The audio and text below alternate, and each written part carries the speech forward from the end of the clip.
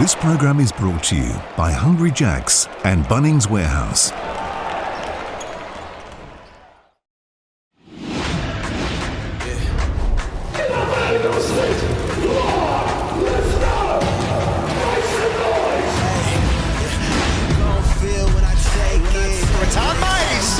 He's got the solution. He's aggressive. He only knows one way. Oh my goodness. Justin Simon with the jam. Simon, right place, right time. It's a great pass. I didn't even see that play.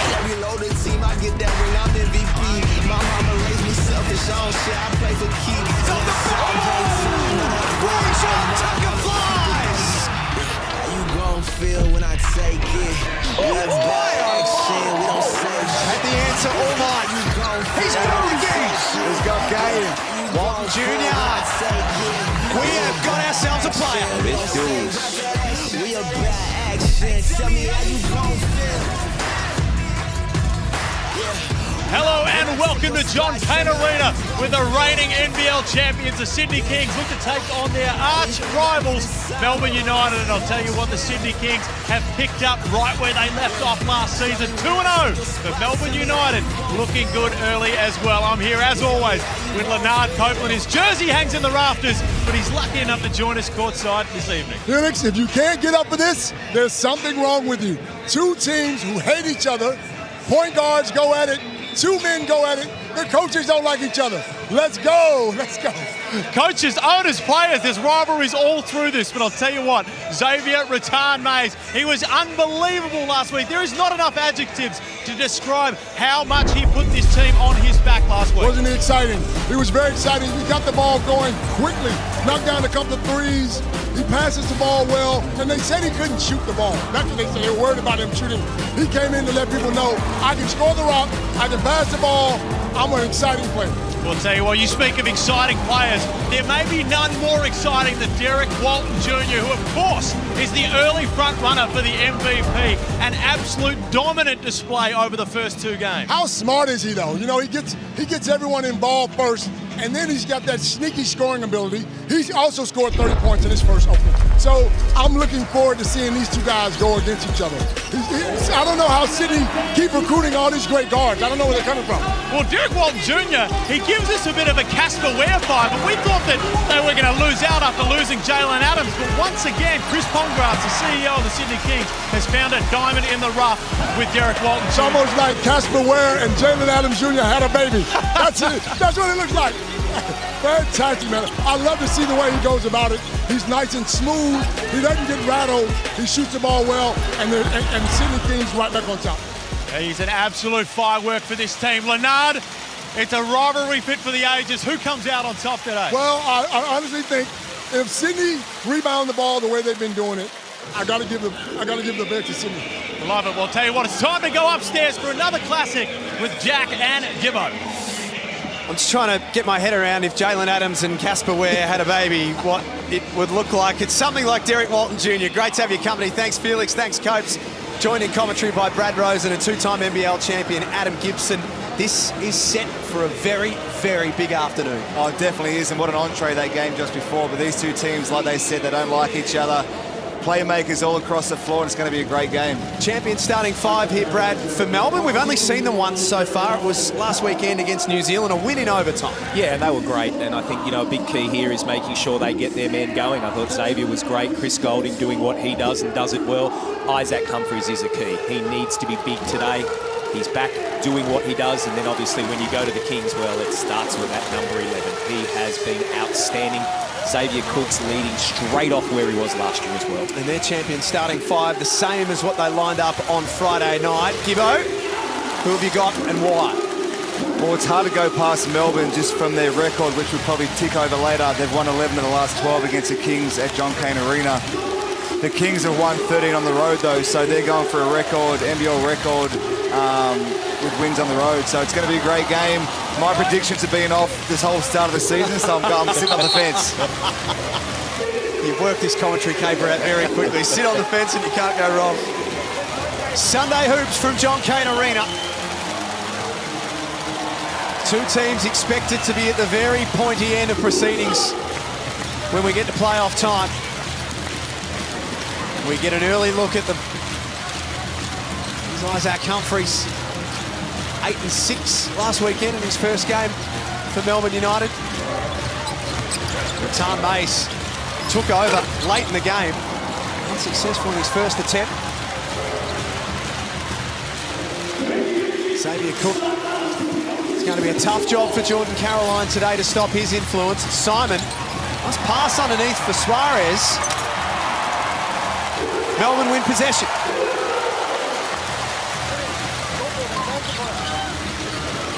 Tucker. Long on his first look. Walton Jr., 21 points, 8 assists, and plus 21 in his time on the floor on Friday night in their win over Brisbane, and the first basket goes to Xavier Cooks. Well, it's just a great play. It's some junky offense to start those first 3 possessions, but he just plays at his own speed. Took his time. Great little lob in there for Suarez and a great finish. Xavier Cooks had 23 and 11 on Friday night, Brad. That was his 7th double-double in a row at Kudos Bank Arena. And it's just so easy for him. That's what I love about Xavier. He just plays it. Bad turnover there and great finish. Oh, good tip. Exactly what you want from Jordan Caroline. I'll tell you what I am going to look forward to as well. Chris Golding and BJ. Those two are flat-out shooters, and they will go at it all game long. Nice start by Caroline, who was 1 of 10 last weekend against New Zealand. Walton Jr. for 3, over the top of Tucker.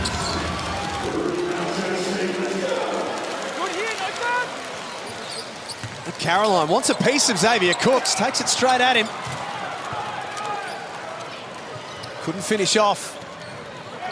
Vasiljevic rattles out. Suarez on the O-board. Second time around puts it in. Well, that's what they need from him. He doesn't play a whole lot of minutes, but he's been brought into this team to do a role, and that's the role. Crash the glass, get the rebounds, play good defense. 4 rebounds on Friday night. The Brazilian, 25 years of age. Spent some time with Milwaukee at the most recent Summer League. Golding desperate to get a 3-ball away.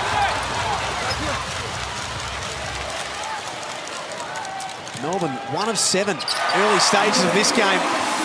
Humphries blocks the shot of Cooks. Tucker stepped out of bounds trying to get past Walton Jr. I think Melbourne looked like they're really trying to get Chris Golding going early. That first play, it looked like they were trying to run him off some screens. It was a junky offense and great defense by the Kings, but for that last one, I think Chris has to look to penetrate. He shot a lot of threes in that first game, and if he can get some inside action as well, it'll really open up his outside game.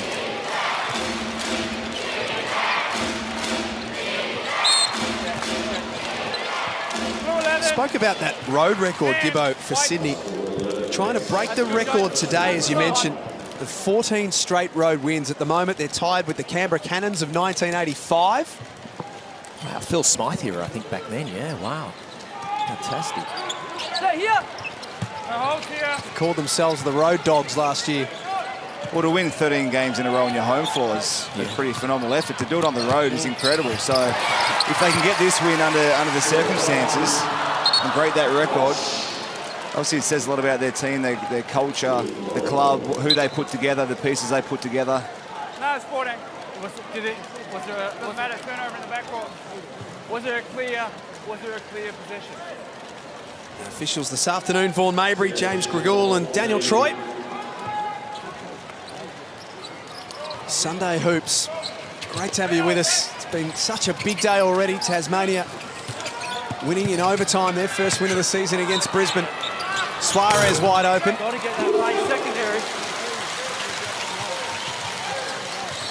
No good from the corner. Grab there.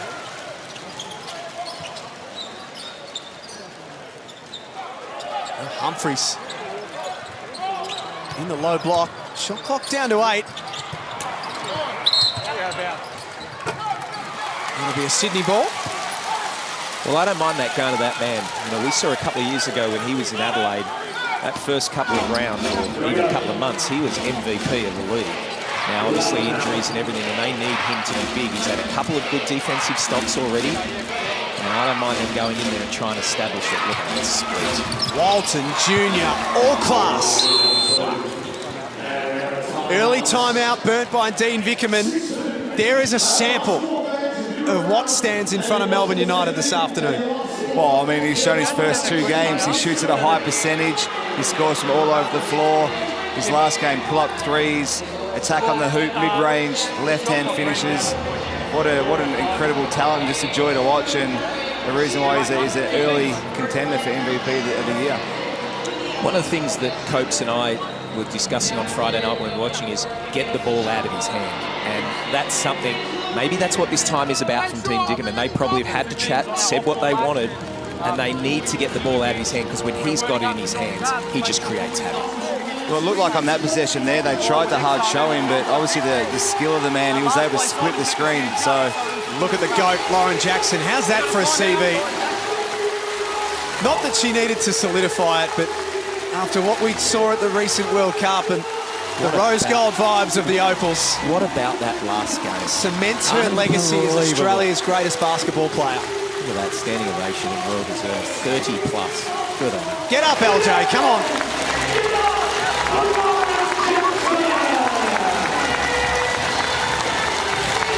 There'll never be another one like her.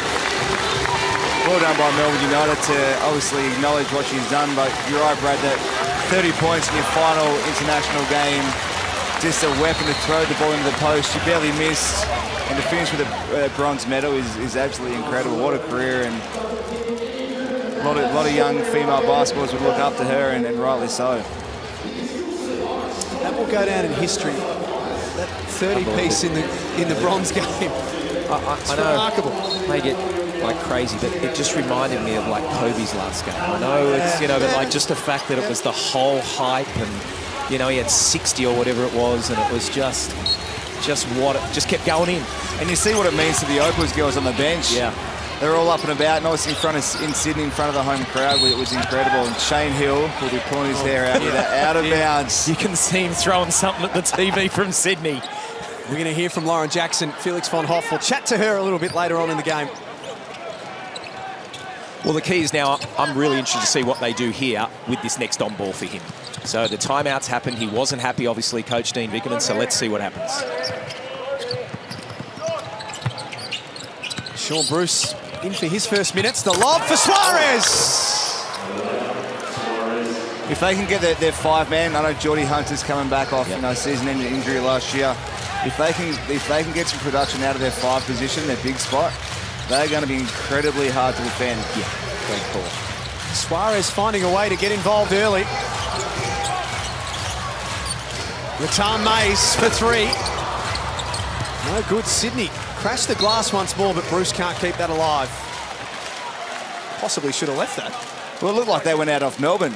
Brucey was trying to get a sneaky little rebound there to pad his stats. Just on the edge of the blue there for me. Thank you. 14 on, I'll get you to stay there. Here we go. Yes, Dean Vickerman. 116 games as wins, I should say, as coach of Melbourne. 57 losses. Hey, keep going. Rajon Tucker fires away. Sydney are off to a hot start away from home this afternoon. Justin Simon, arms and legs going everywhere. Well, Melbourne need to get a good look here. They're 1 of 11 from the field, 0 of 4 from the three-point line. They just need to get a good set and get a good look. Golding turns the corner. Just really good D there by Sean Bruce. Got over the screen, and again, Chris, I think Chris needs to attack the paint and get inside and draw some fouls and get himself to the foul line. Walton Jr.'s got this ball on a string right now. Simon, a little push with the right hand. He's no good. Sydney, 4 of 12 from the field. 1 of 12 are Melbourne United. Here's Ratan Mays, gets that to go. Well, they needed it. It was good offense. They got it from one side of the court to the other side of the court, and a much easier 3.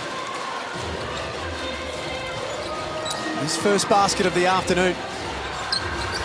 Bruce puts the ball on the floor. Back up top for Walton Jr. Always seems to have that extra bit of time. Simon has to pull the trigger from deep. He's been great for them the first couple of games as well. I mean, that's not what is in his calibre, but you know what? That's what he's been great for him, and he's been knocking down some shots, and that was great.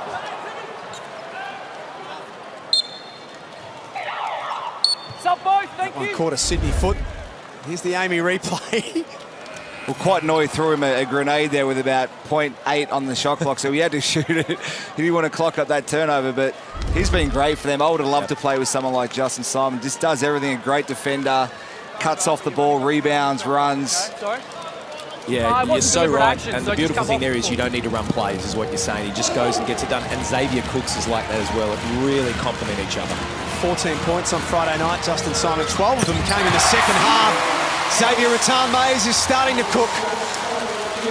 Well, that's what happens when you give a great scorer a wide open three or a fairly decent look at a three. They see one go down and the next ones feel great. Sean Bruce cleans up the mess. I'll give that to Cooks. Just being active around the offensive glass. A little tap there. Such a clever player. And Sean Bruce just tips it in. 5-point lead. David Aquera checking in for his first minutes. No good on that first look. Cooks downhill. No foul.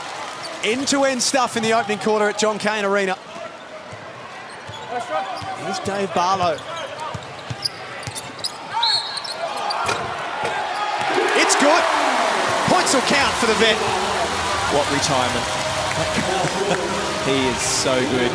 He's been doing it his whole career. Just backs him down, strong with the ball, dips it in. Dave Barley's got a big role to play for United, obviously with Hook Porter being injured and no replacement yet. He's done a great job over his whole career of taking care of his body, a true professional, stretches for 30, 40 minutes after. He'll play a big role, I think, for them until they find a replacement. Have a look at him too. He's still chiseled. Puts everyone else to shame at that age. Makes you want to put down the chocolate bar and try and look after yourself a little better when you see Dave Barlow. Or just eat another one and forget about it. Yeah, that's the other way to do it. Vasiljevic, his first make. And he's one guy that can get hot. We saw that in the first game down in Wollongong. Once he hits that first one, you just mentioned about Xavier, he just has that first look and then it can be bang, bang. Knocked down 5 of those in round 1. At the other end, Maliwatch with his first make. 16-13.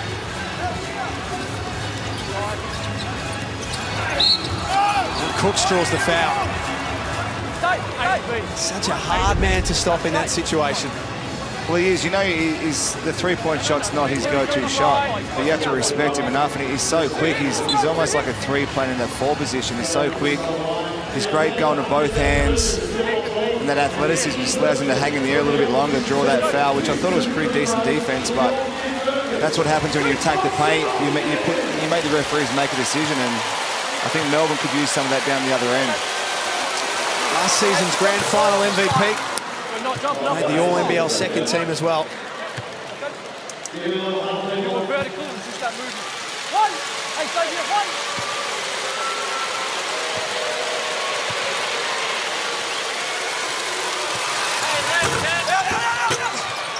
Makes both free throws, which have been a problem for Sydney, Brad. Massive. They were, well, best words to say was woeful on Friday night. 11 of 25. Yeah, woeful. But they got the win, and I'm sure they'll be shooting a lot this week. Here's Lockie Barker checking in and catching fire straight away. Lockie Barker's been doing that for years in the NBL1 with Frankston South. The Frankston Blues, sorry. Great pick-up for them. He's worked hard as Sean Bruce steps in and knocks out a big 3. That'll do his confidence a world of good as well. This is a fun one at John Cain Arena. Kings lead by 5. Everyone sat off David Aquera. He couldn't make them pay. 5-on-4 up ahead. DJ walks into the 3. You can't give DJ that look. That's automatic. His eyes lit up as soon as he had that. He knew 6 steps, I'm taking this. Now what the Kings need to do is run a play for him. Go at him. He's hot. He will make the next one. And 4 of 8 from deep to start the game. Expect a quick 2 for 1 here as well.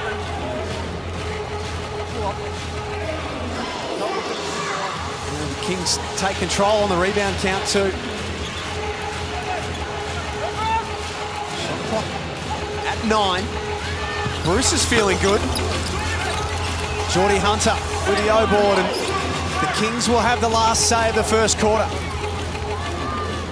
Vasiljevic isolates Barker. Stepping back. Got it!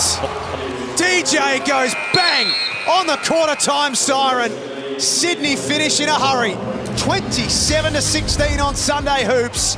As we head to the break, here's DJ doing DJ things.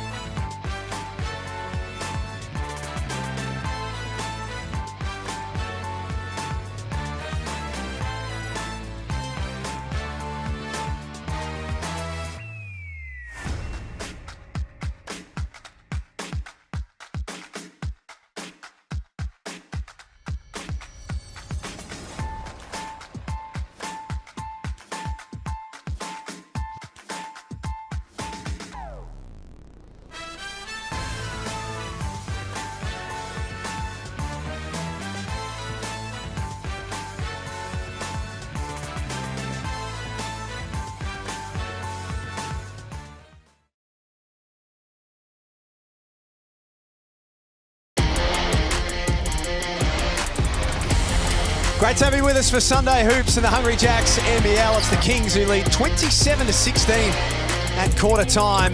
Late in that first term, Adam Gibson was where they made their move. And well, at one stage they were only up by 2. They headed into quarter time up by 11. Well, it was a rough start for both teams. They couldn't make any shots, but when you give DJ Vasiljevic that many, wide open looks, he's going to make you pay. And he stepped in, knocked down 3 threes. He had a quiet night last game, 2 of 11, but you let someone like him get a nice, easy, open shot to start the game, and that's what happens.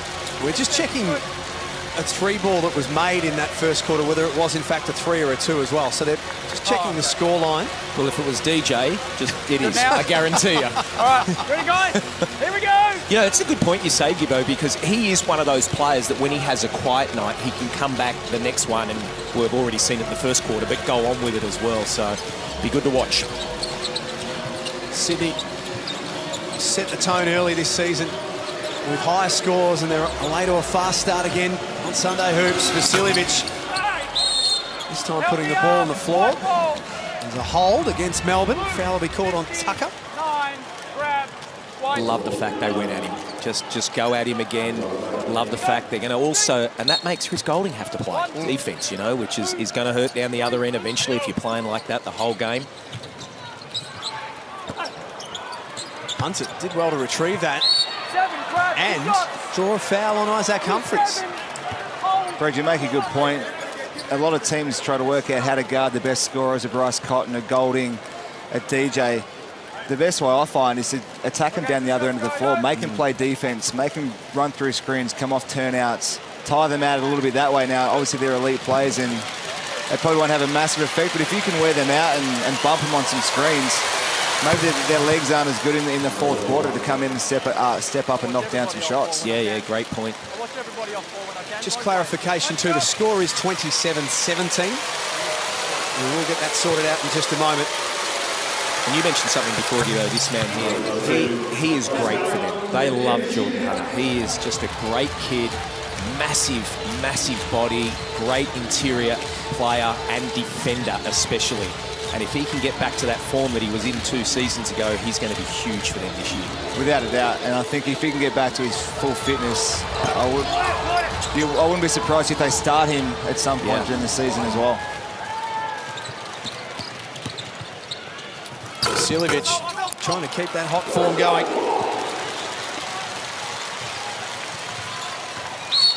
On the floor. Here's Rajon Tucker. Forces Simon into an early foul. We had a look at him last week for the first time. 16 points, 5 rebounds, and of course we can't forget the dunk off the backboard either. Ooh, that was nice, and I love these two going at it as well. Simon's not going to back down, and he's an athlete, so there's just matchups. This feels like a heavyweight championship fight. They're just all feeling each other out and just going at it, and everywhere you look, there's just someone doing something.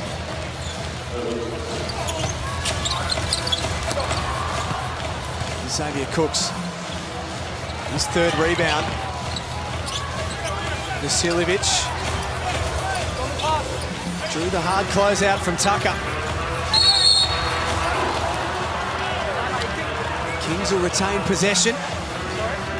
Earlier today, Tasmania in overtime at MyState Bank Arena, winners over Brisbane. Their first win of the season, and for the Bullets, that's a 0-3 start for them, Gibbo. Yeah, obviously a great win for the Jack Jumpers. I had them 5-0 to start the season, so I'm glad they finally got on the board. And obviously the Bullets have been on the road to start their season, and they'll get a home game soon, and hopefully they can get their season going. But it is a tough loss to be up 16 and to lose that game. That'll come back to hurt them as Xavier Cooks steps in and knocks down is that a 3? That is a 3. Melbourne have not scored in this second quarter so far. They've taken the crowd out of it. And not only that, Jack, they're not looking like they're going to score as well. They just look completely out of sync. Xavier Cooks! That is enormous! Dunk of the year!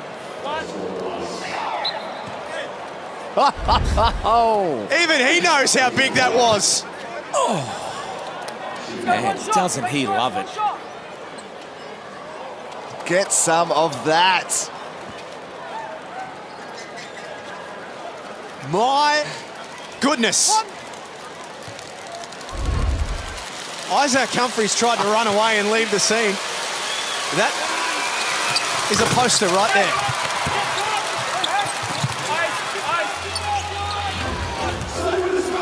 Last season we had this happy knack of having massive dunks early. That's the biggest we've seen so far. And he's had some of them. He's just an athlete. Humphries tried to get one back at the other end with a lob, and it didn't reach him. Sydney screamed forward en masse. Cooks for 3 this time. Oh, they're on fire. They are on fire, the Kings. Corner 3, dunk all over Humphries, and then another 3. This is why a lot of people have him as an MVP candidate. Oh, look at the coaches even laughing. What can I do, he says. Yep, knocking down threes.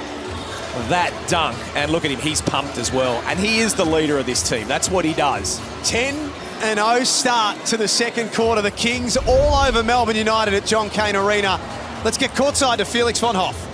Thanks, Jack. Well, we try to recover from what Xavier Cooks just did out there. It is always innovation for the NBL, and it continues into the world of esports. I'm here with Brendan Donoghue, the president of the 2K League, and of course our favourite commissioner, Jeremy LaLiga. Now we'll start with you here, Brendan. For people who don't know at home, the NBL's just joined up with the NBA 2K League. Just explain what exactly that is. Of course. So imagine 30 million people will download the game we find the best 125 in the world. And then we pay them salaries, and then they go after $2.5 million in prize money. And we're about to have 5 new players in the league join NBL Oz Gaming. We can't wait. I'll tell you what, I'm probably not going to get a spot on any of those teams, but Jeremy, you're always on the front foot with innovation within the sports world. Tell us what this means for the NBL moving forward. Well, like everything, we always like to go big. We like to be globally relevant, and we like to partner with the best in the world. So we're good friends with the NBA. We're continuing that relationship now with NBL Oz Gaming joining the NBA 2K League. So jump on all the socials, NBL Oz Gaming, and sign up and see what it's all about. Well, I'll tell you what, if you're not athletic to do what Xavier Cooks just did, pick up the joysticks and you might still find a way into the NBL. Back to you, Jax. That might be our best chance, I think, Felix. The three of us have never climbed that high. We'd have to get on an aeroplane to get that high. That is the moment of the season so far. Oh, yeah. Without a doubt. And what an opportunity. That 2K League, to be able to be employed as a contract to play video games, they have a coach, a GM, you live in a house. Basically, you're a professional gamer is pretty elite. You know, I was watching Jeremy through the week, and he was saying how, you know, gamers and basketball, there's a correlation there. There is a correlation between those two, so great innovation. Cooks blocks Golding. He is having a massive influence on this game. Here's Iggy Mitchell. Barlow reels it in. Melbourne have not scored in this second quarter. Well, it's blown out to 20 points real fast. Obviously, with Xavier Cooks doing what he's been doing, but they need XRM to step up. He was subbed out of the game there, and that's when Sydney went on their run, and they just can't score. Sydney just scrambling. They're playing great help defense. They have each other's back, and then they're just playing with a lot of fun down this end as that has to go up and will just miss. Well, you're right about the defense, and that's what Jordan Hunter brings him. He's camping down there. He's a big presence, and they'll call a foul there, but he's a big presence down low. And this is great coaching, great substitution by the Kings. They're getting their leader a rest as well, and Derek Walton Jr. Sure, sub in, Wow, look at that.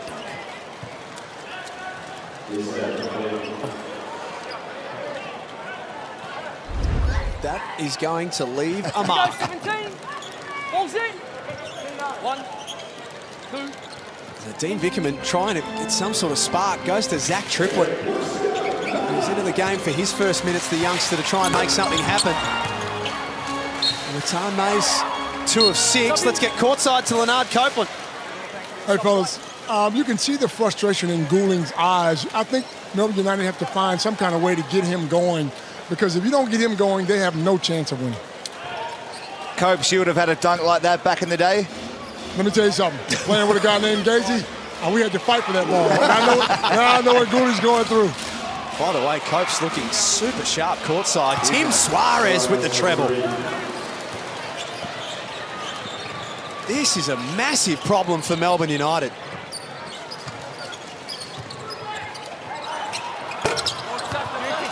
And just like Copes is saying, Golding not touching the ball when he does, he's got to force it. Yeah, that's a frustration 3 as well. He hasn't had enough shots to be able to get that going. He does look frustrated. There it is there.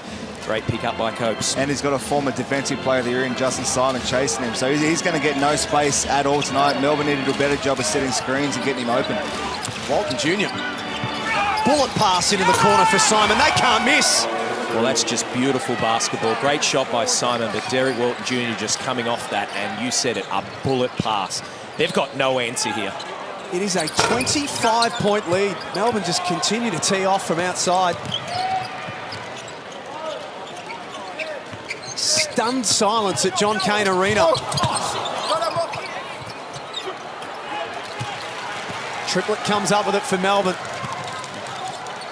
This is a good look for Golding. That had to go. Their first bucket of the second quarter comes with 5 minutes remaining. And as crazy as that sounds, that's a fantastic timeout by Sydney. They just played around with it a little bit that last possession, all jumping, a bit of hoping and smiles and everything. Next thing you know, Chris Golding gets that wide open 3. What did we see of DJ in the first quarter? That man can do it right there. Bang, bang, and they get back into this game. Here's the shot chart for both teams so far in the game. You're about to see a lot of green on the Sydney Kings side of things. Or in fact, yellow this season we're going with. Look at that. Well, it's inside and out as well.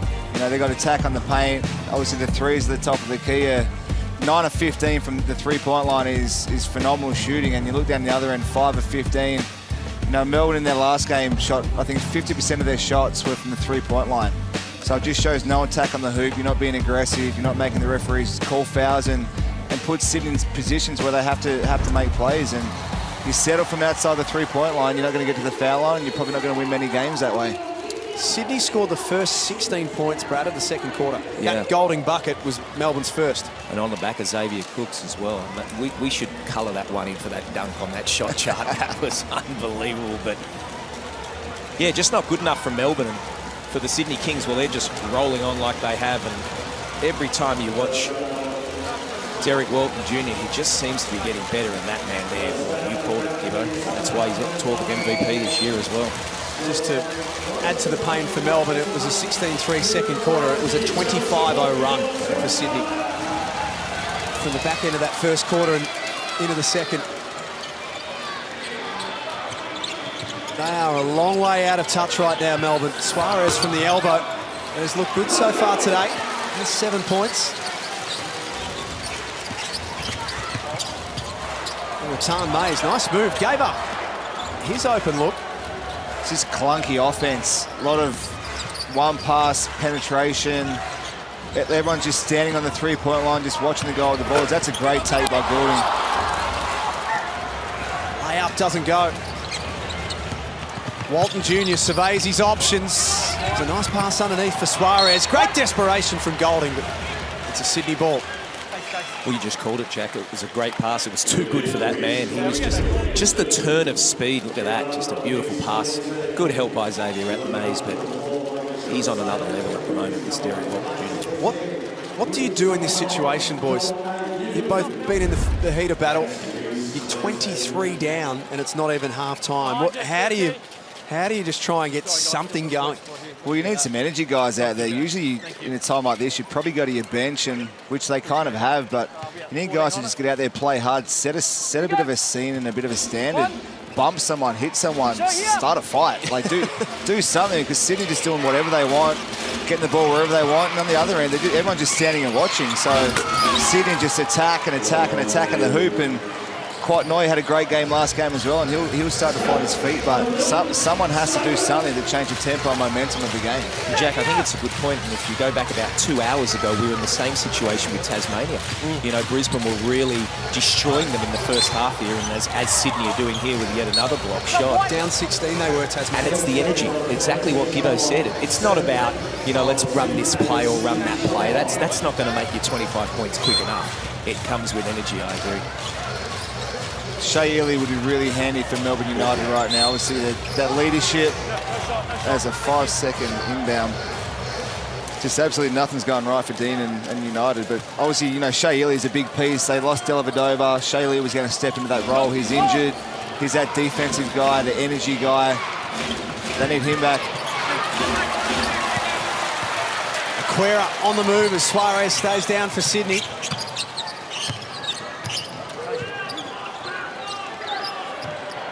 Tucker got to the foul line and is long. He's 0 from 6. Oh, Walton Jr. in for Cooks. Got it. Just passes on the dime. He doesn't have to move. It's not to the left or the right. It's right in his shooting pocket. And Xavier Cooks is knocking down threes. Good luck. The lead is 28. Melbourne 5 of 16 from outside. Walton Jr. pulling up.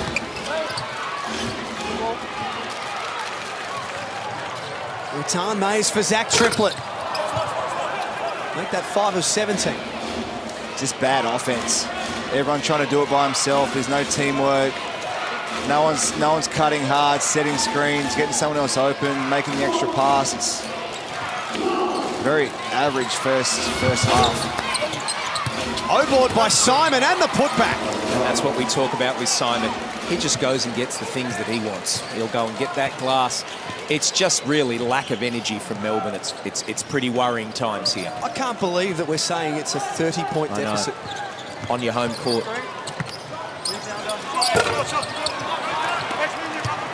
5 of 18. of 37 shots as well. So we got back, and Gibbo, you said it before as well. It's 50% of your shots, and they're bad shots.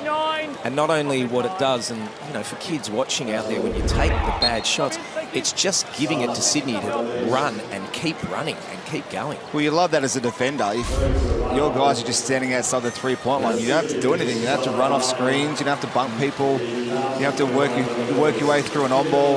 And then the other end's easy. You're fresh. You can rebound and run, and that's what Sydney are doing.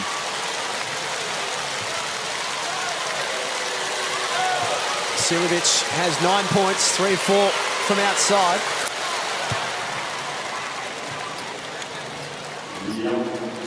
Now has 10.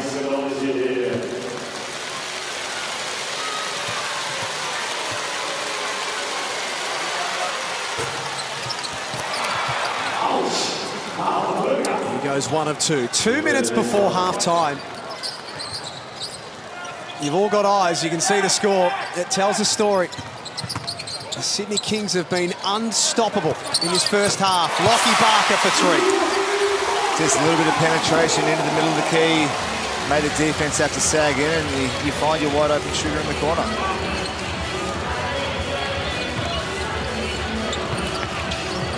Cooks had his pass stolen by Tucker.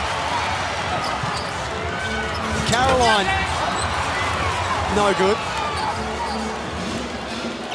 Sydney liked that early shot in the clock, and Cook's happy to take it.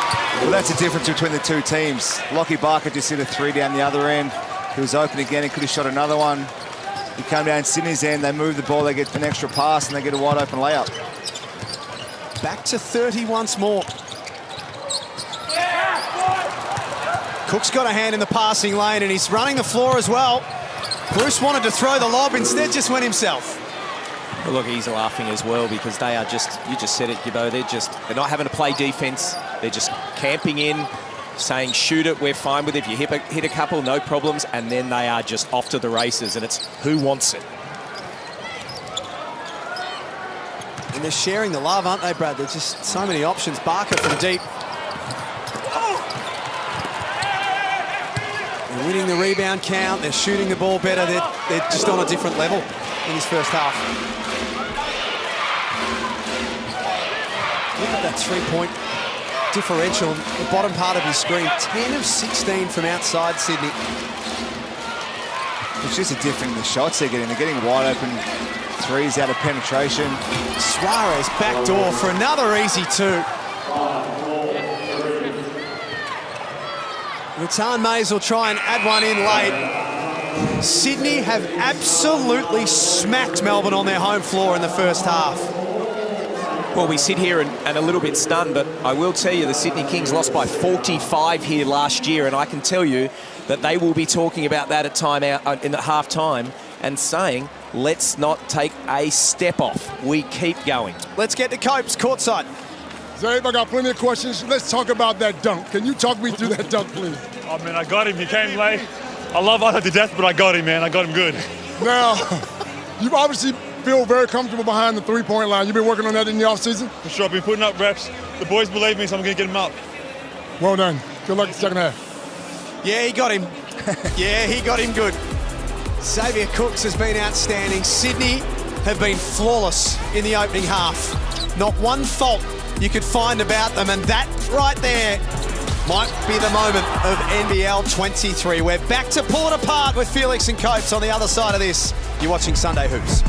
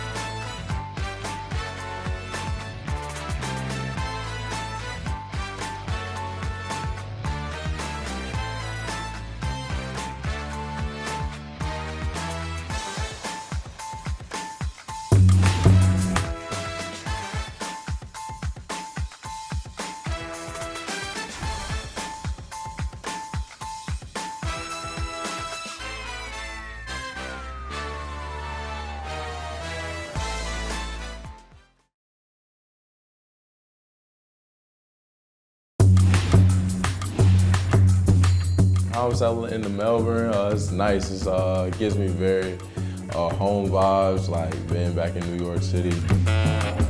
So I grew up with me, my mom, my little brother. I really didn't start taking basketball serious till like, say 15, 16 years old. Played football all my life, predicted to be like one of the top free safeties and wide receivers in the state my freshman year. Basketball, I just played it because all my friends played it. And I was always like pretty good, pretty decent, but just never really took it serious. I fell in love with the game and I kind of ran with it. Rajon Tucker, I've been told, is one of the most athletic imports to ever join this league. The reason I wear number 59 is I wore number 9 with Philly, and my guy, Terrence Clark, he was like my little brother. We got super close my first year in Utah, and when he died in the car accident, I wanted to combine our numbers, but I didn't know if I wanted to wear 95 or 59, and my grandfather, who I also have tatted on my arm right here, Arthur Winfield, he died at age 59. So it kind of like all made sense. I'll never wear another number ever again.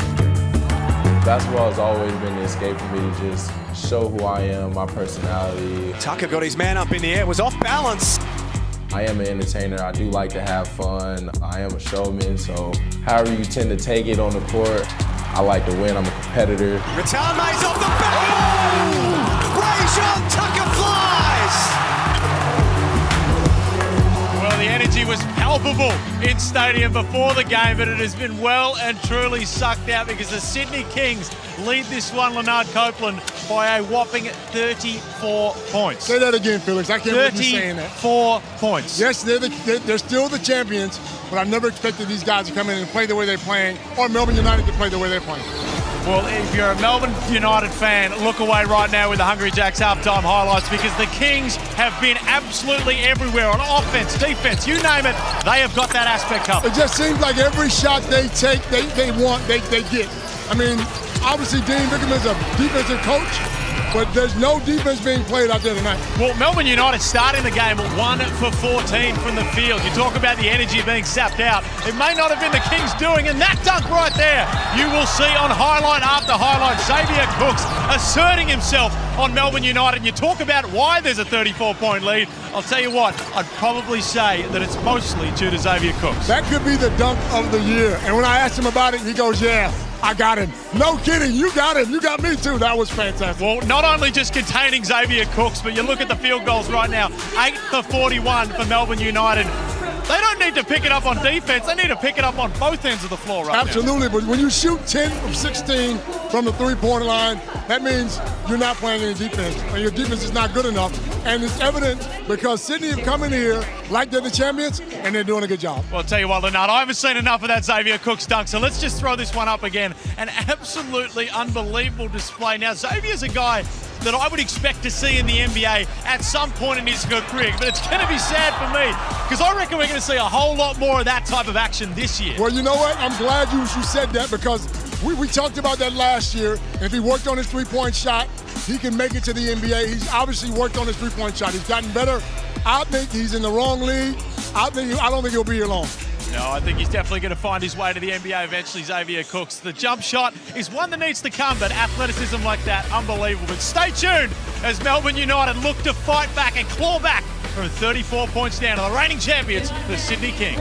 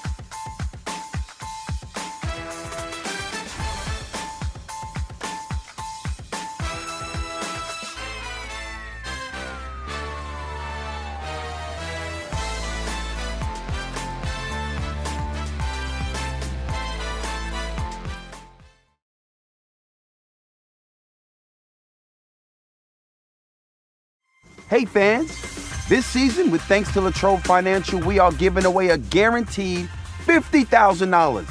And like these NBL legends, Wortho and Gibbo, you can be a Latrobe Financial legend. All you need to do is send in a clip of you making a half-court shot for your chance to win a semifinals opportunity to shoot from half court for $50,000. All thanks to Latrobe Financial. Head to the NBL website now to enter.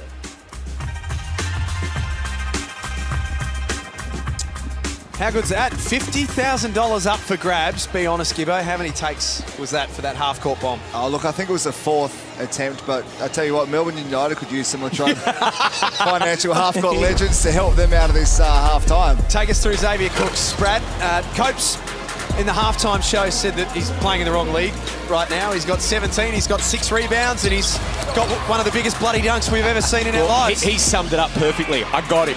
17 points, and it's been inside and outside. This is, oh my goodness, he's been great. But, you know, he's been doing this now. This is his 2nd season where he's just dynamite. He is the leader of this team. They love him.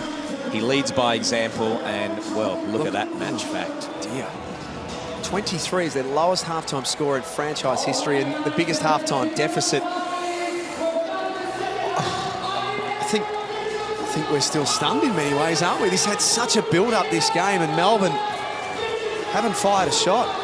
Yeah, well, obviously it's going to be tough to get out of this hole they've dug themselves in, and it's all the energy plays. You know, there's no one's out there hustling, getting up and in, playing some tough defense, you know, finding ways to involve their team, and it's going to be an interesting first 3 or 4 minutes here to see if they can get themselves back closer within a chance to win it.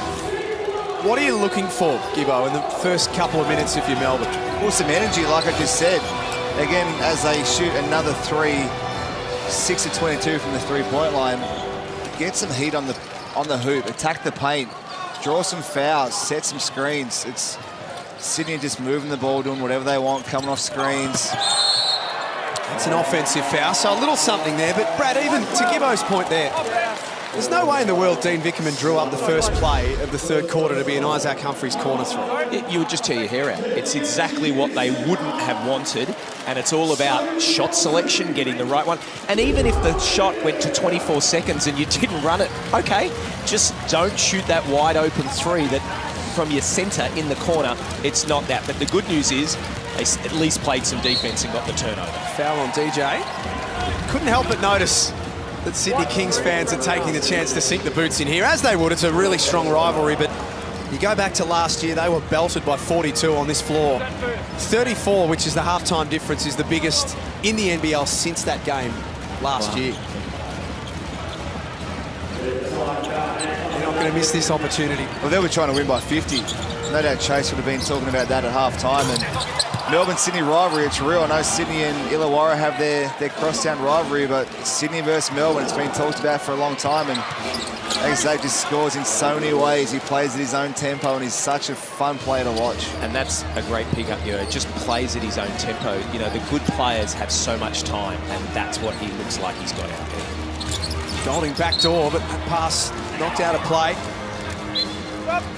I mean, they've got 59 on the board, but they look so locked on defensively as well. Well, all these deflections and the rotations they have from, you know, someone gets beat and the next guy's there waiting, and that makes a massive difference. A small little tip out of bounds just disrupts Melbourne United's flow.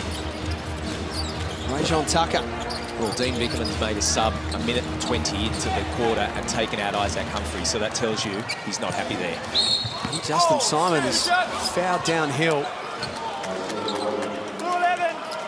There's Rattan Mays. He's 2 of 7. Golding 1 of 8. Tucker 0 from 7 from the field. Well, you could hear Dean there on the sideline just yelling out, move the ball, move the ball. And obviously it's just sticking in too many guys' hands against someone like Shea Ely. They had Dellavedova last year that would move the ball, get through some offense, get through some sets. Everyone gets a touch of the ball and they start feeling good about themselves. But it's been one pass, penetration, a lot of over dribble and just tough shots. And this is where it will be interesting for that man.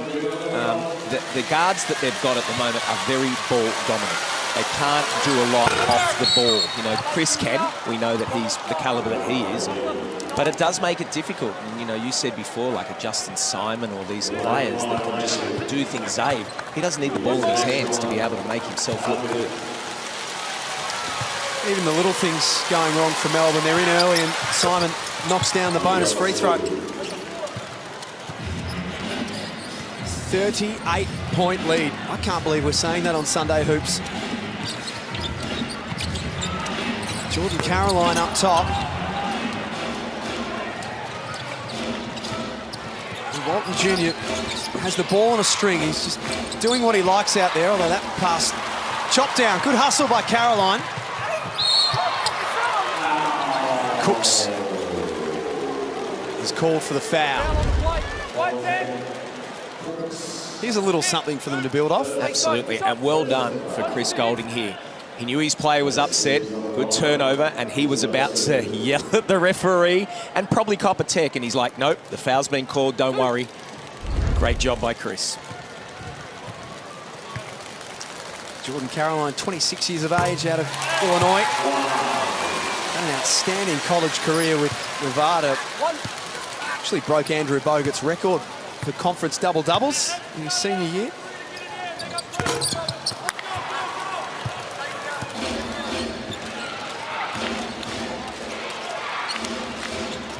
There's one of two.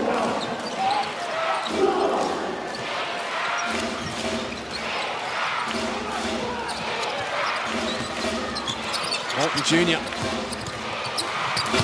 Nice little screen from Suarez. Fall away doesn't go.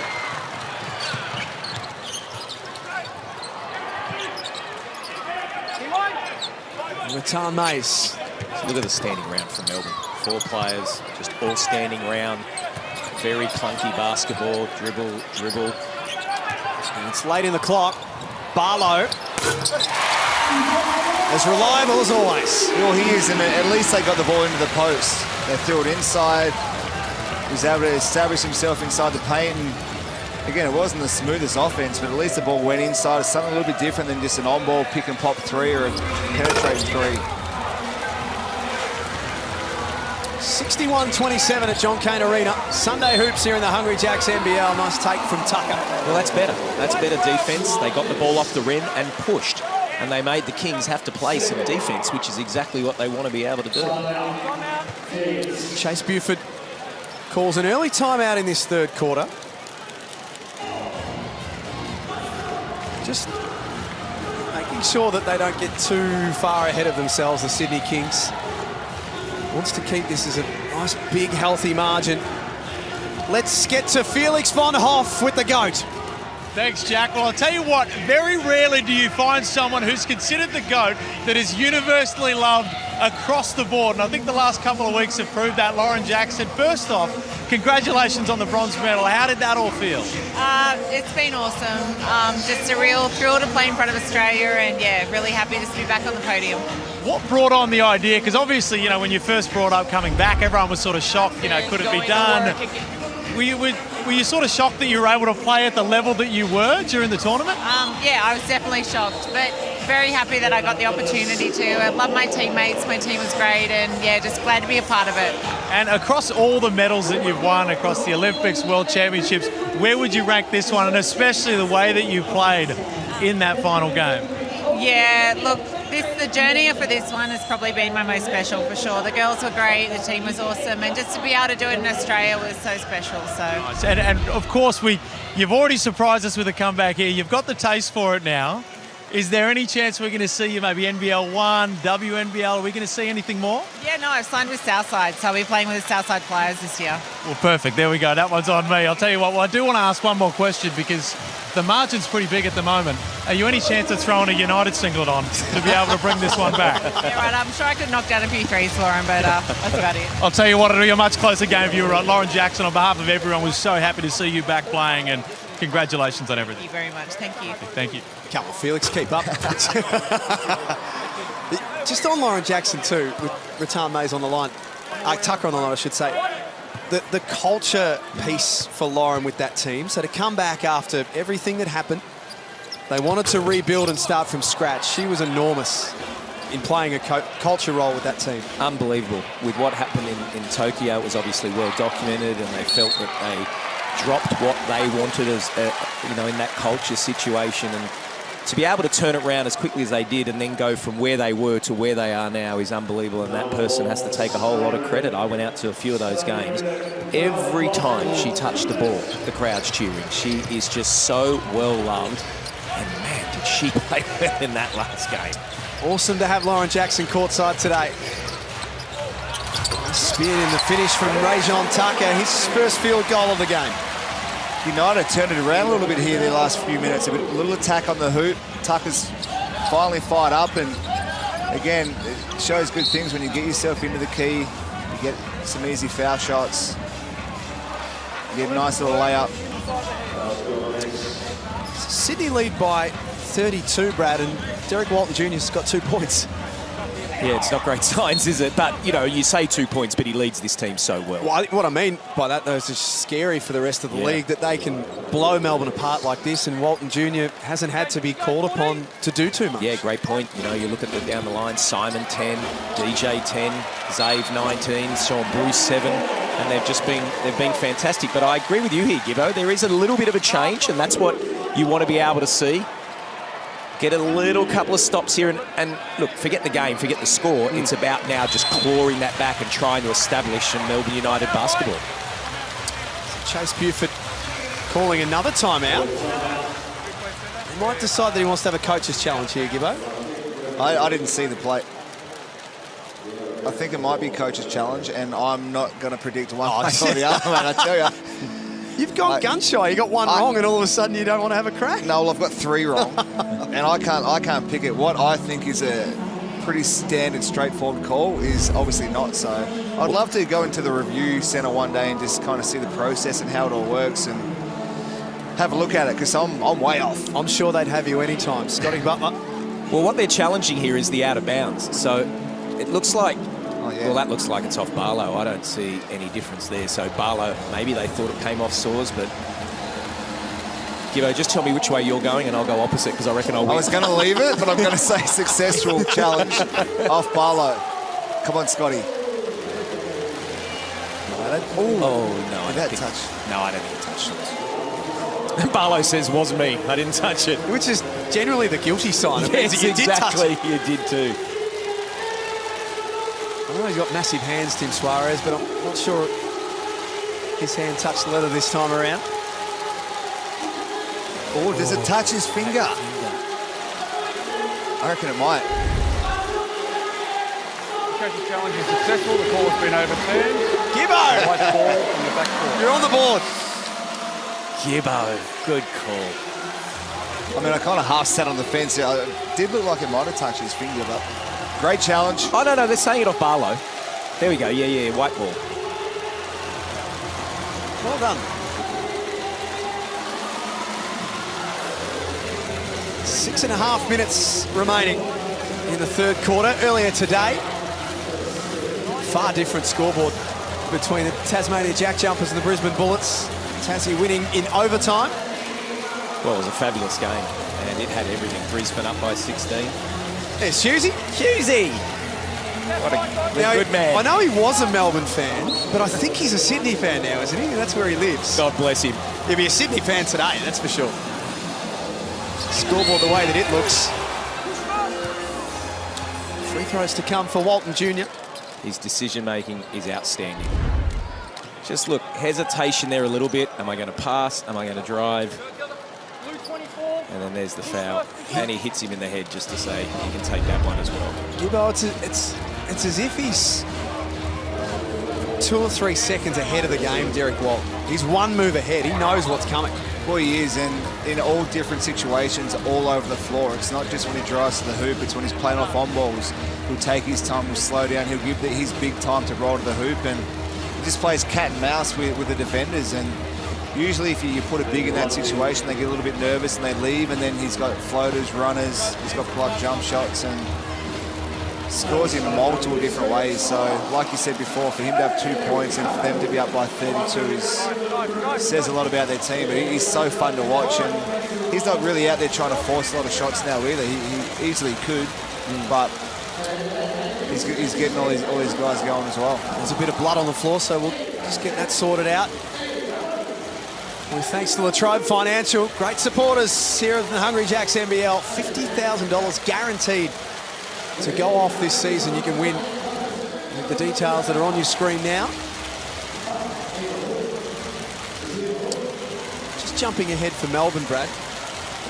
Up next, so they'll take an L today. It doesn't get any easier. Perth on Friday night in the jungle. Yeah. Although the Wildcats will be, there's Chris Judd, champion of West Coast Eagles and Carlton in the AFL. So Perth have got some issues. Deshaun Thomas went down with an ankle injury last night, so that'll be a worry for them. And then they'll host Tasmania on Sunday, back at John Cain Arena. And we shouldn't forget, these two teams play each other again in round 4, back here once again in Melbourne. Well, I think the first thing is you want to see Shaylee come back. That will be a huge key and a huge in for them. Speaking of famous people, there's Eddie Maguire. He's all over everything. So much so that even when we had a little bit of an issue with the score, Ed was texting me and us, telling us there was a score issue before we knew there was a score issue. He does not miss a thing, that man.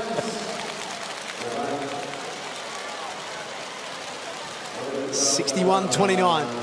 Yeah, then I think you said after Perth, I think then they've got another 3 home games, don't they? They've got Tassie, Cairns and Melbourne. Then they've got Sydney coming in. So, yeah, it does. But you know what? There is no easy game in this league. You look at what, Tasmania down 16, looking like Brisbane are going to get their first win of the season, and then bang, they change it around. And you just got to bring your A game every game.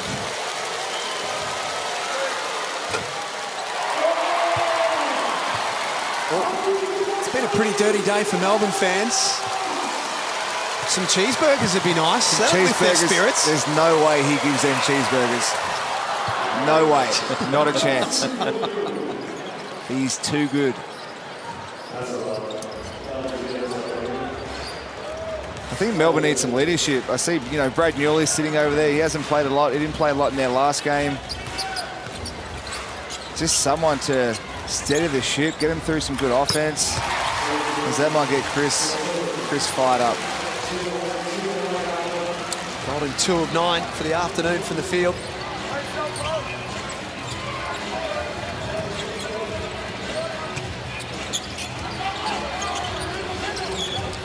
Kick it back out to Walton Jr. He decides to settle for the 3-ball.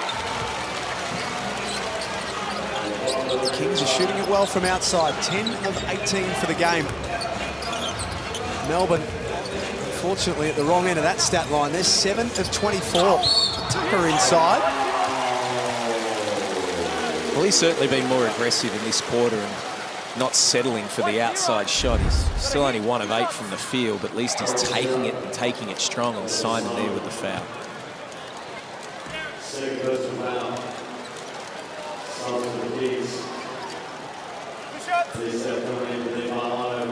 And that's a good set. Good screen by Dave Barlow. Gets his man open, knocks down the 2, and they need him to get rolling.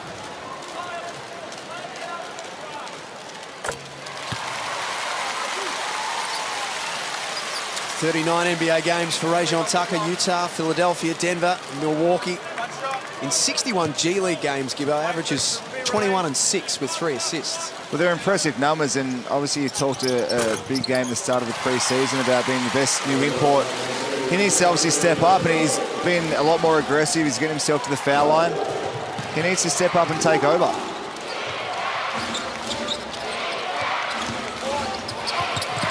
Walton Jr., the pass, outstanding for Simon, but he was challenged at the rim.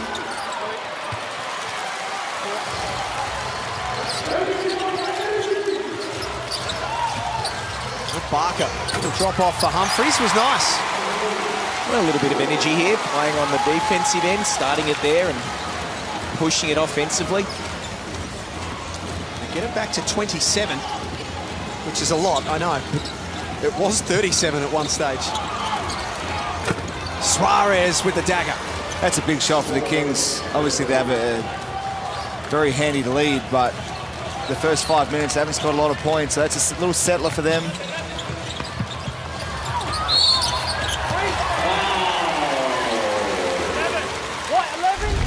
Walton Jr.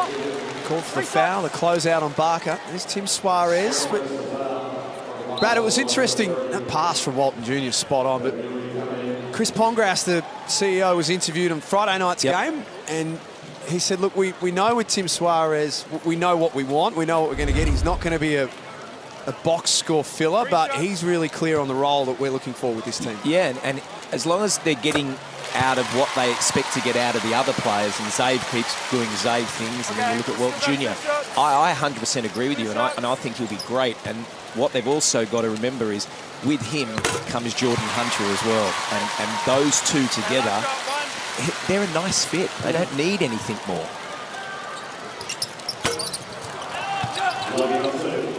Barker makes 2 of 3.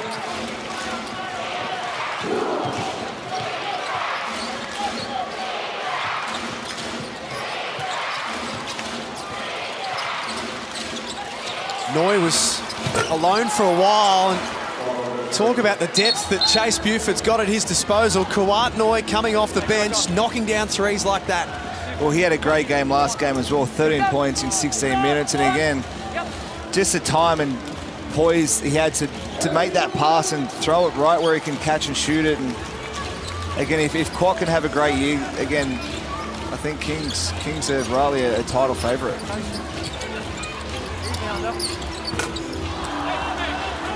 Tucker from long, off target. Sydney will play Cairns on Friday night, then they'll travel to Brisbane on Sunday.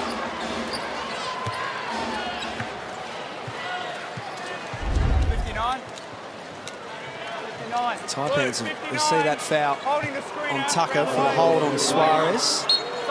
Taipans had a good win last night over South East Melbourne. Yeah, they were great, but geez, the Phoenix dropped one there, Gibbo. They did. They had a great lead. We were getting set to do the crossover show, turn the TV over, and they were down by 6. So I think any game the Phoenix win with 4 of their kind of starters out is going to be a great win. But again, they had that game kind of safe and they lost it. So that'll be one that'll come back to hurt later in the season for sure. They're in action tomorrow night, the Taipans against the Perth Wildcats, with no Tashawn Thomas, as we mentioned, and no Corey Webster. Also not playing for personal reasons. And that's a thing I pick up with what you said, Gibbo. These losses, and you know, Melbourne, they're not going to win this game, and you go through that. It's the ones at the end of the year when you're 16 and 12 or 17 and 11 and you miss out by 1. This is where, these are the ones that you, and Phoenix last night, you look at that, if they miss out by 1 game, you look back at those ones, and this is where I think it's so crucial. I sometimes believe teams don't pay enough attention at the beginning of the year. Oh no, we'll rest that and we'll sit this guy a little bit longer and we'll get them healthy here. And do I pull the trigger on an import if I need to? This league is so close. I don't think you can wait. Yeah, if you wait too long, like you said, it hurts. And most seasons it comes down to 1 or 2 games. And the Hawks last year showed you have a great start. The middle patch, or third of the way through the season, you go on a slump and you lose 5-6 games, it doesn't matter because you've banked up those wins to start the season. So it always happens year after year. It comes down to 1 or 2 games and they're crucial wins. It's the first time we've seen Brad Newley today. Straight into the action, former King. Well, he's done it for years and that's what he brings. He brings penetration. There's a little chicken wing there. But that's what Newley brings, and to shoot 50% of their shots from outside the 3-point line. Newley's a slasher. He's a guy that gets on the hoop in transition and creates the defense to sink in where you get your wide open shots. So I'm surprised he hasn't played a little bit more to start the season. David Aquera checks back in. Malawatch off the glass. Aquera closes the lid.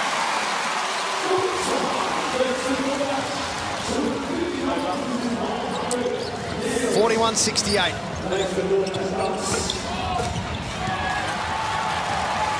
Seeing a little bit of his athletic capability. David Aquera, 20 years of age.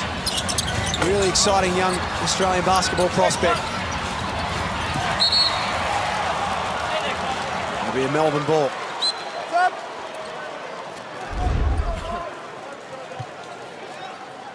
Here he is, full roster spot this season. Only played the 8 games. Spent some time with the Boomers team at the Asian Cup.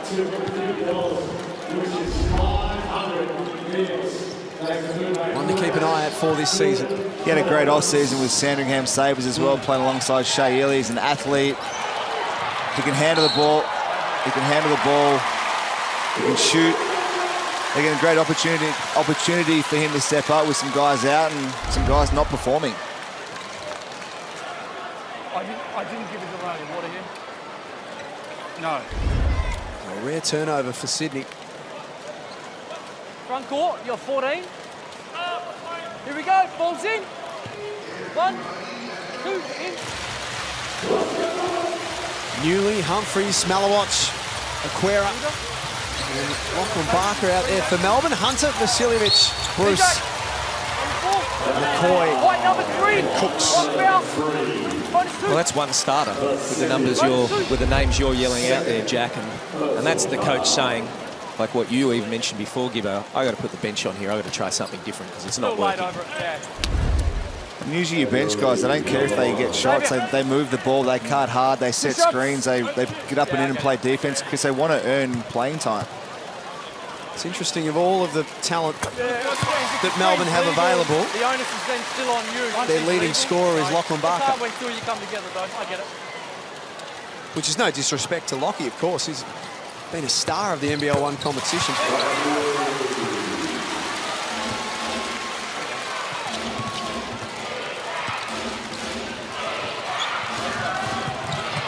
Cooks for Hunter. Isaac Humphries was just a little bit worried there. He remembers the first half. I'm not going to be in that poster again. Brad Newley certainly doing everything he can. I love it. He's done this for years. Great teammate. Plays his role. Again, I'm surprised he hasn't played more, but this will do his chances to play a lot more. You know, obviously a good chance for that. So love how he's been aggressive. Love how he's attacking the paint and then stepping up and knocking down shots. Aquera blocks the Vasiljevic 3. Cooks has got a couple of seconds. That's he's tough. just that good. That is tough. He's just like he catches a block shot and then just does his spin move. 21 on 8 of 12 from the floor is phenomenal.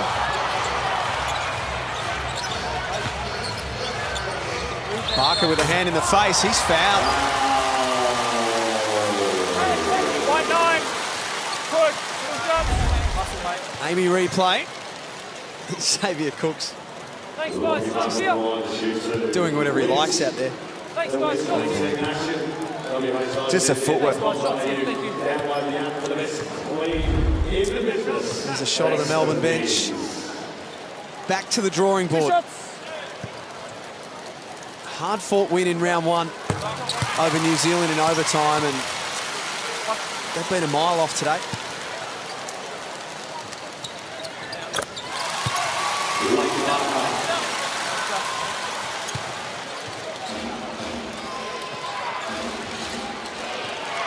Show here. We tick down to three-quarter time. Fantastic to have you with us on Sunday Hoops. Just Newley with the active hands again.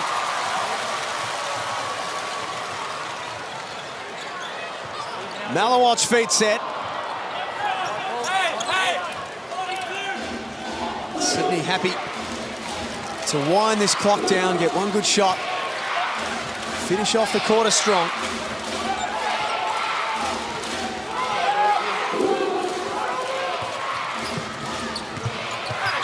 Cooks fouled and one. Wow.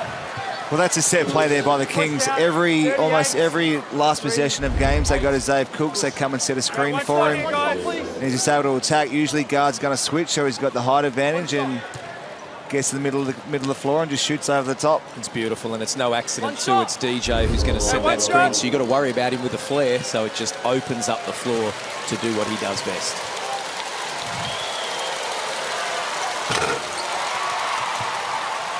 .23 points and 9 rebounds.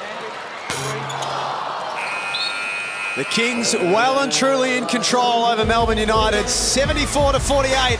It's three-quarter time on Sunday Hoops. You're watching the Hungry Jacks, NBL.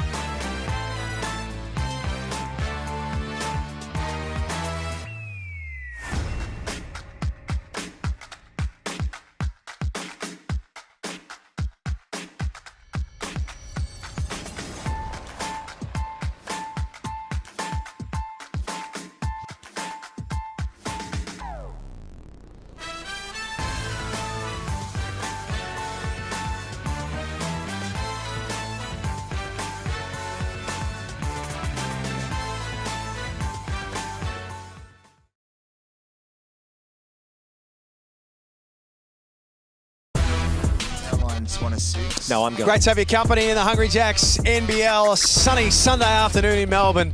Fortunately, the sun has not been shining for the home team, Melbourne United. They trail 74-48 with a quarter to play. Adam Gibson and Brad Rosen in commentary. We've got Felix von Hoff and Leonard Copeland courtside.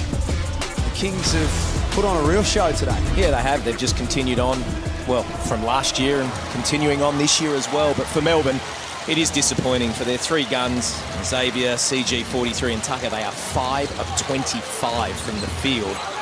And that's just why they are 48 points. There's not enough. They're all ball dominant, and it hasn't been able to work today. There's a turnover, a sloppy one, and Golding will be called for an unsportsmanlike foul. 43, yes. Unsportsmanlike foul. It is the rule. It is the rule. I'd like to see that one again, but Vorno just pointing out that it's been a rule for 5 years. Thanks, Paul. Yeah, no, fair call. No question. Fair call. A couple of bonus free throws for Vasiljevic.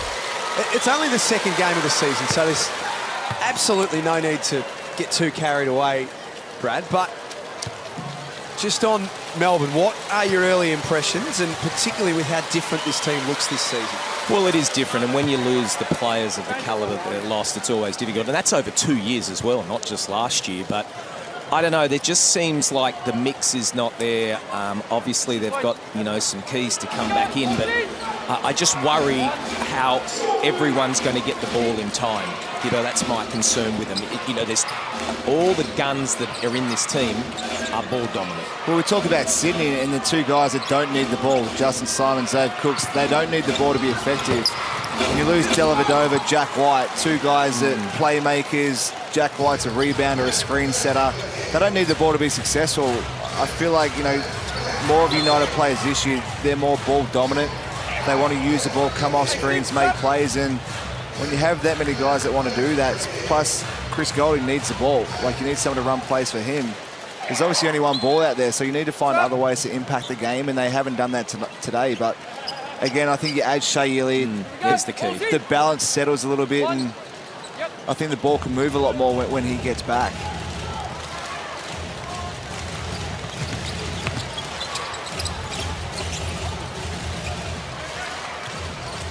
Walton Jr. at the top of the key.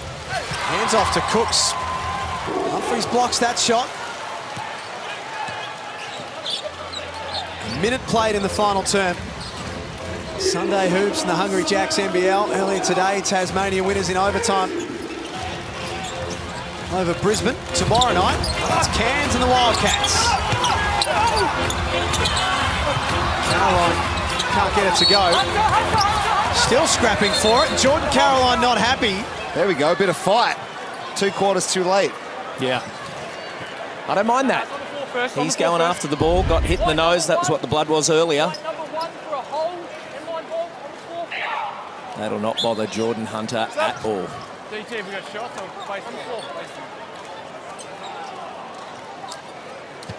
There's another look at it. The foul on the floor. It's been a tough start to his NBL career, Jordan Caroline. 1 of 10 in game 1. 1 of 7 this afternoon.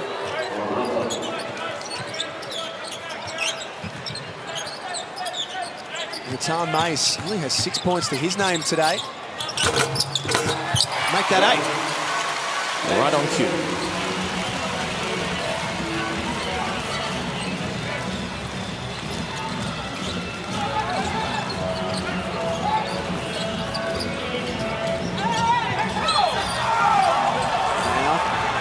Melbourne might ask for this to be... Well, that's going to be a tech foul. Yep. And there's no question. Caroline just overreacted there, and I realise it's hard and it's frustrating, but you just can't let that get the better of you, and all you're doing now is giving his team free throws. Might have just fallen out a shot there, but it was the Jordan Caroline reaction to that call. One shot.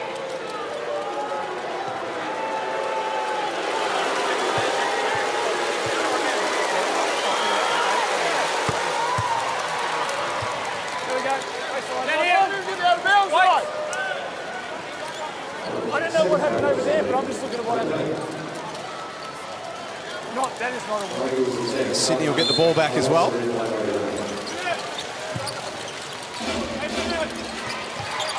27-point lead for the reigning champions. Cooks takes it at Caroline. Beautiful pass inside. Suarez got a flat tyre.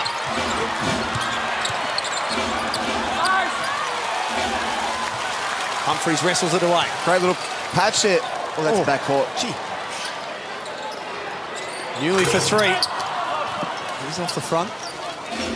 Might have got away with one there, Melbourne. Cooks has 23 points. Vasiljevic 13, Suarez 12, and Simon 10. Walton Jr. with the left hand. Hit him on the back of the head. It's just that change of pace that is just so beautiful to watch. He did this on Friday night again with Aaron Baines with the left hand and went underneath him, and he's just, look at that, takes off there, takes the hit, and with the left, and unlucky not to make it as well. Well, most bigs, defenders probably think you're going to do your stock standard right-hand layup. So that little lefty scoop it's tough to guard because you don't know when it's going to come.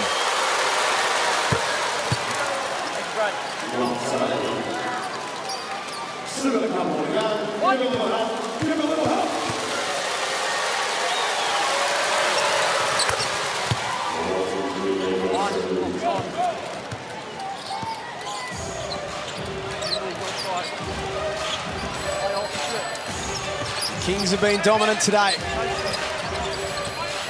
They're going to be undefeated after 3 games. That's how you start a title defence.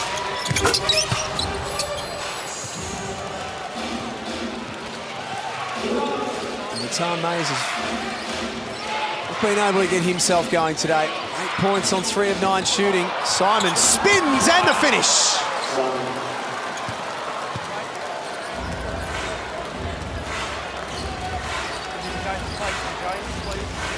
He's back to prove a point this season, Justin Simon. Defensive Player of the Year 2 years ago.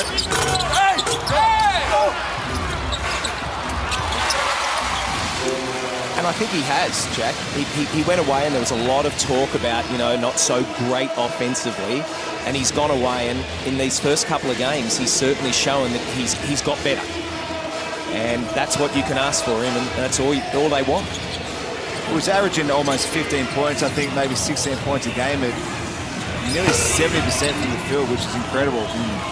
So if you say he's got no offensive game there, yeah, exactly, those numbers must lie. Bucket there from Humphries. Chase Buford just wants to have a chat about things, clean up a few loose ends. It's 81-54 at John Cain Arena.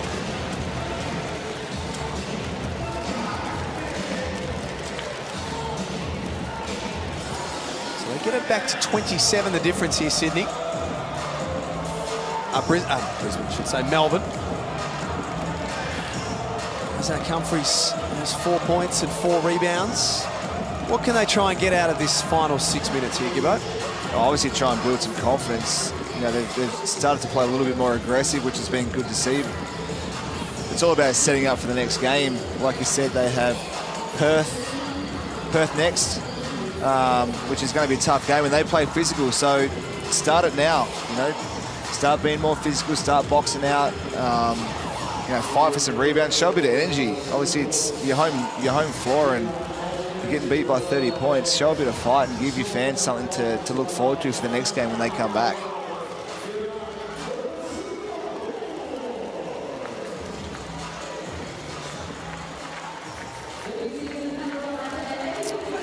You're watching Sunday Hoops. The Kings in control of this game. All of their starters are in double figures except for Derek Walton Jr. It's Justin Simon. So athletic, so graceful with the way that he goes about it. And then Isaac Humphries is going to have to play a really big role for Melbourne this season, particularly with the season-ending injury to Ariel Hook-Porting. And that was huge. Him going down, he looked great too. He really looked good in the preseason. But just going back on what you said about Derek Walton Jr., the fact that he's only got 5 points to guards that are watching, you know, He's got 7 rebounds, 6 assists, minimal turnovers. He's got a steal. He just controls the game so well. And look, for any kid that's watching him out there, what a perfect example of a point guard. Vasiljevic with the runner.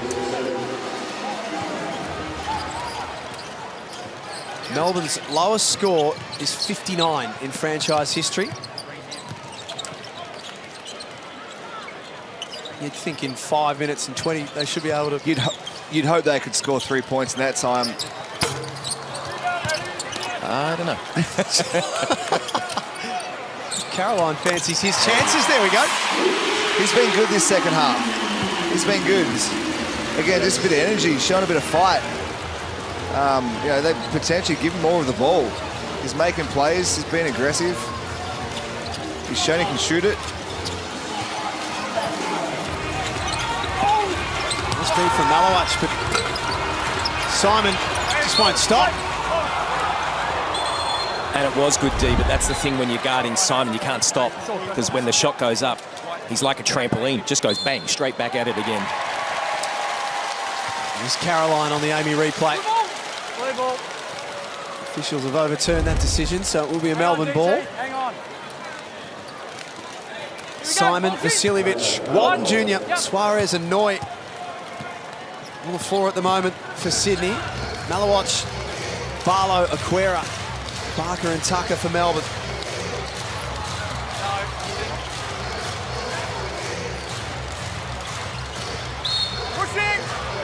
Tucker got into the paint, was pushed.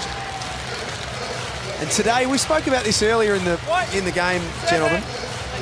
Sydney will break the NBL record today for 14 straight road wins. They smashed the Canberra record of 1985. That is a remarkable achievement. Well, it is. Like I said before, to win that many home games is incredible, but to do it on the road with the scheduling that potentially you can have when you play at home, then play on the road. Some teams were sitting at home waiting fresh that whole weekend, not having played a game. You play double headers, you know, travel to Perth, travel to Sydney, wherever it may be. So to win that many games in a row on the road is absolutely incredible. I mean, that man there's got to take a huge credit for that, because we all know it is man management to be a coach, and to be able to get your players up for every single game. You know, they've come off a huge championship. They've come out like unbelievable in these first couple of games, and a great credit to the coaching staff. Saw Hunter knock down a 3 on Friday night. Not that time, though. Barlow got it. It's back to 20 points, the difference. The biggest lead in the game has been 38. Yeah, and that's something they can take into the next game. Which is going to be tough over there in Perth, I tell you. Those guys, no one want to be part of that team that wasn't in the playoffs for 34 years, so they are ready this year. No, sir. See the Wildcats in action tomorrow night when they travel to Cairns to play the Taipans. And that'll be another beauty as well. Cairns, they're going fantastic. Aquera puts it back in. I think Chase Buford's seen enough.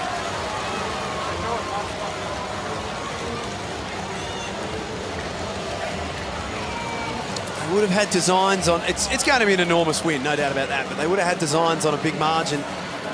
It's back to 18, but Xavier Cooks, we've marvelled at his performances last season. All NBL second team, Gibbo, grand final MVP. He started NBL23 with a bang. Well, he started on fire. We'll get to his dunk in a minute, but the rebounds to knock down the three-point shot as well. You know, that's something that he's added to his game. That dunk there, Isaac Humphries will be having nightmares about that for a long time. Probably one of the best dunks we'll see all year, but just the way he finishes, he plays at his own tempo. Floaters, this spin move's incredible. That's a tough finish. He scored all over the floor. He rebounds the ball. He plays defense really well, and just a key, kind of the glue of their team, I think. But there you go, 5th 20-point game in a row for Xavier Cooks, career best.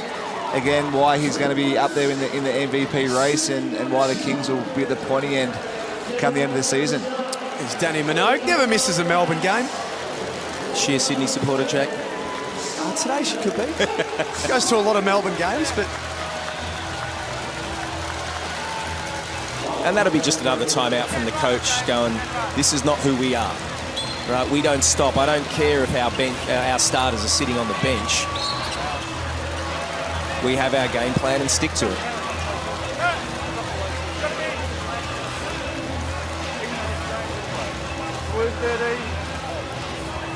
Sorry?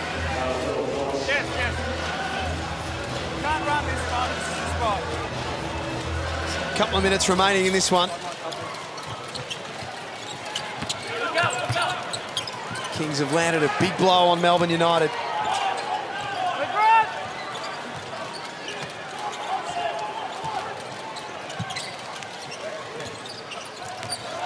83-65. Bruce late on the clock. McCoy will have to get his shot up. Hunter didn't get it away in time.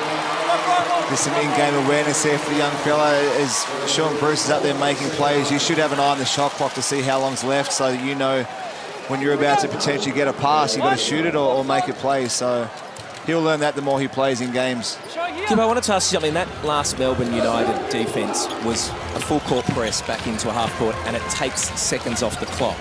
I find a lot of teams don't do that more than what they should, because I think it's a great ploy.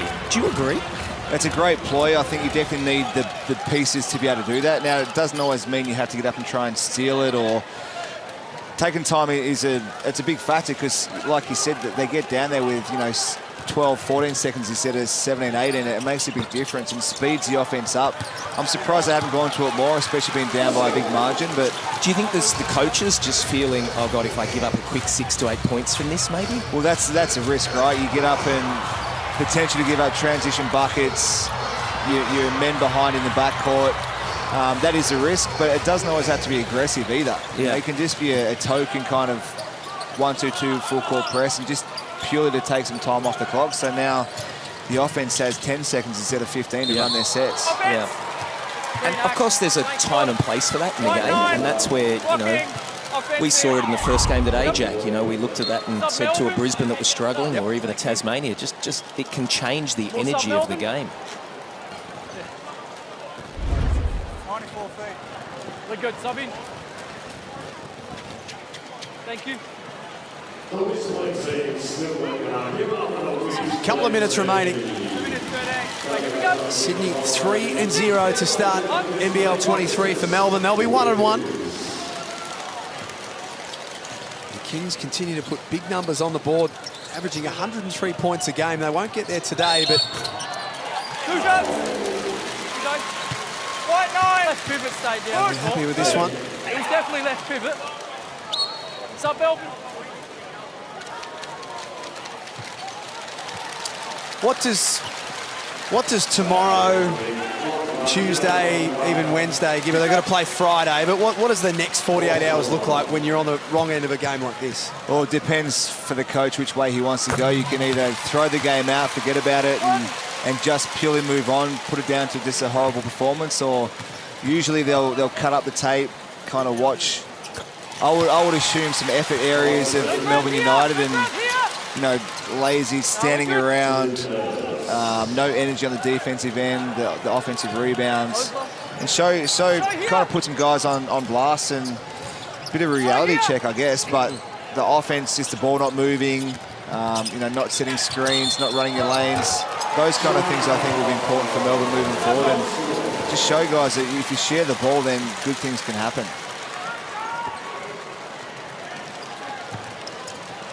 Sometimes your worst losses can be your best. And what I mean by that is Gibbo brought a great point.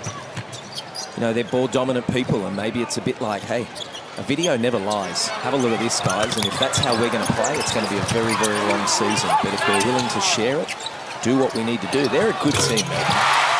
No 3 there, but they're a good team. And they're only 1-on-1, and it's no panic stations, but there's one thing we do know is Dean Vickerman is an outstanding coach, and he will be able to use this to his advantage. 63% across his career, Dean Vickerman. Hunter did well to go and catch that off Sean Bruce. I think he had the ball. Blue 13. There's Malowich Two shots. with the knockdown 3. Two here.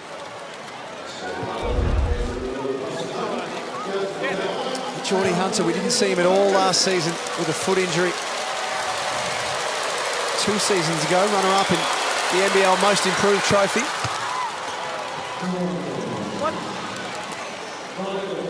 Penny for the thoughts of Dean Vickerman. Well, the final score is going to be a little bit of fool's gold. When you look at the box score, and it's potentially going to be somewhere around a 10-point game. You know, Sydney have been phenomenal, and it's been quite a beatdown, really, for United. So, like you said, they'll go and watch video and see what didn't work and come out, hopefully, with a new energy and a new kind of mind frame to come out and put up a good performance against Perth, which they played pretty well up in Perth as well. Positive for Melbourne, they've taken it from a 38-point deficit to a 15-point deficit. But you are spot on, Gibbo, with that scoreboard. It was all the first half where they did the damage. Nice finish, Iggy Mitchell. 35, blue, hits, 1. One of Sydney's development players. We saw him 3 times last season.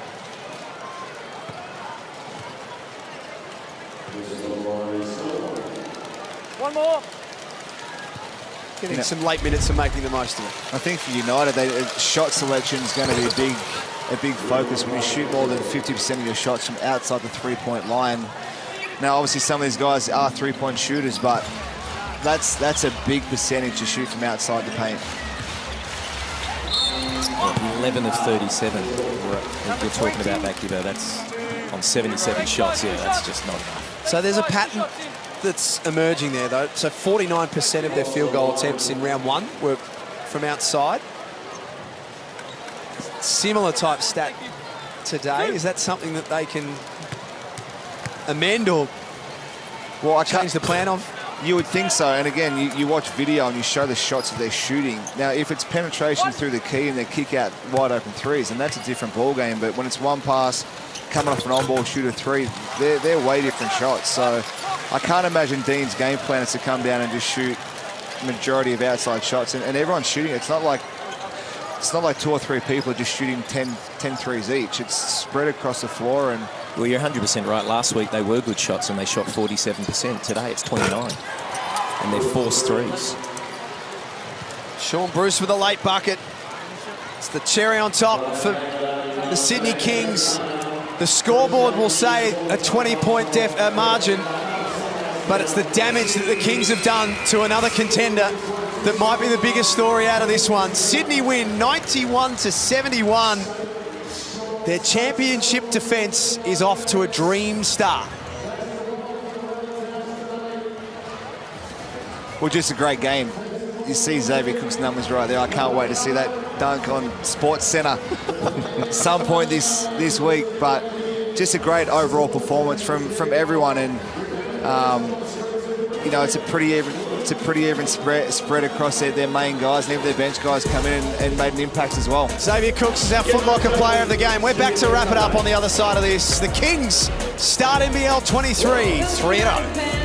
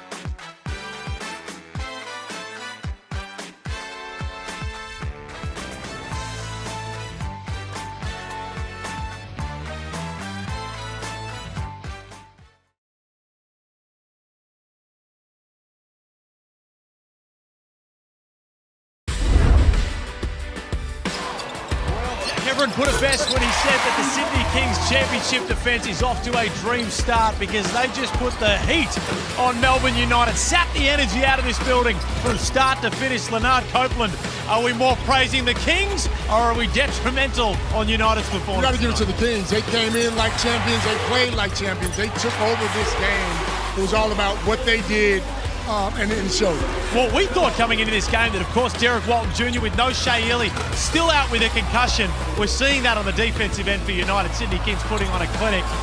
But I'll tell you what, Xavier Cooks, it was a front row seat right now for United to witness the greatness of Xavier Cook. None more so than poor Isaac Humphries. Let me tell you something. That dunk will be talked about for a long time. But it wasn't just a dunk. It was all about his rebounds. It's just the way he plays basketball. And the good thing is, again, he worked on his three-point shot. If he continues to do that and knock that three ball down, he'll be in another league next year, unfortunately. I think that other league might be the NBA, but we look at the stats right now. Not pretty in any sense for Melbourne United. 23 from 77. Now, I'm no mathematician, but I reckon that's approximately 29% from the field. You ain't going to win many games like that. Not, especially against the Sydney Kings. They came in, like I said, and took over straight away. Now, they did a good job. Melbourne did a good job in the rebounds.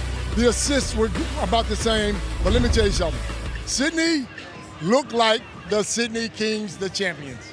Well, coming into this season, of course, Melbourne United, are they going to have to make any changes going forward? Well, let's be honest. They need a big. I think they need somebody in the middle who can play some defense and help the guards, in their rotations.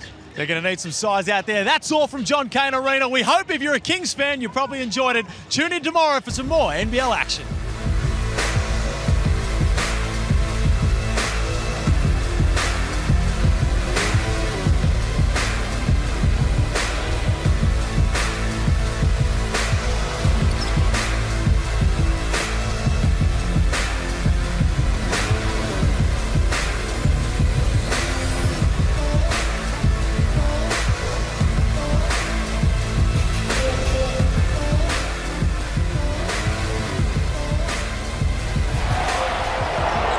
This program is brought to you by Hungry Jack's and Bunnings Warehouse.